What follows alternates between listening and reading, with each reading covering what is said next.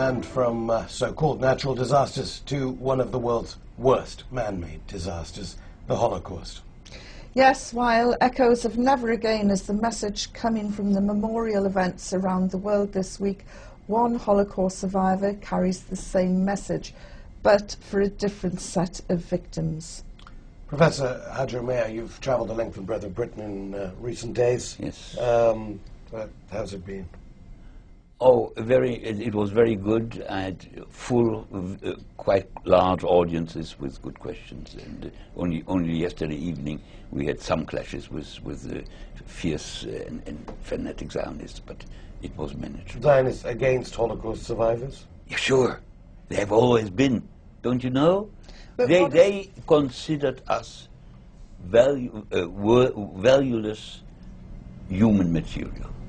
That's what they talk about. But what are these clashes that you've had, and what has been the message that you've been giving out in your UK tour? I talk a great deal about the difference between Judaism and Zionism, which are completely antagonistic to each other, and that especially in Israel, Judaism has been substituted by the Holocaust religion. And the Holocaust religion has one credo done by High Priest Elie Wiesel, and that says, nobody ever has and will suffer like we have suffered.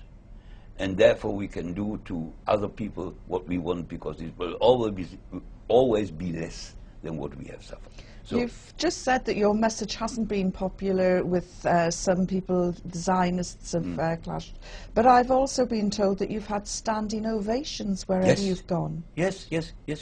Besides yesterday, I had ovations yesterday too. But the former, in the north, there were no Zionists in the room. So that was. I mean, many accuse Zionists of using the Holocaust to deny rights, but how can they, when it comes to you, who is a survivor, how can they attack you? Surely, no, because if whatever you are, first of all, they have a big disdain for survivors of the Holocaust anyhow, and if you are not a Zionist, they identify, they think that Zionism and Judaism is the same. They're completely different things.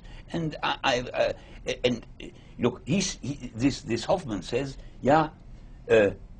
don't you realize that if the state of Israel had been 10 years earlier, your parents would have survived?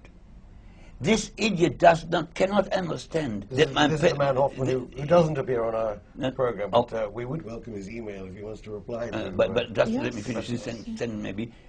Doesn't realize that if you survive because you do others harm, so if you take Palestinian country to survive, it's not worth surviving. That is my lesson of Auschwitz. You must try to survive, but never, ever at the cost of others, because if you do that, your life has been spoiled. And I had a beautiful life. Professor, how did you survive Auschwitz? I'm only doctor. Doctor.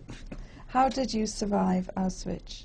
Well, very much luck, and by the fact that, two other reasons, that when I was a refugee from Germany as a kid of 14 alone in Holland. I learned to be a locksmith, and secondly, I by chance, I had a very good friend 10 years older in Auschwitz, and we helped each other. And because Auschwitz was a very lonely experience, and you couldn't, in a way you couldn't trust anybody, but I could trust him, he could trust me, and we survived together. Dr. Hajo, thank you very much for coming on board. This is very powerful stuff.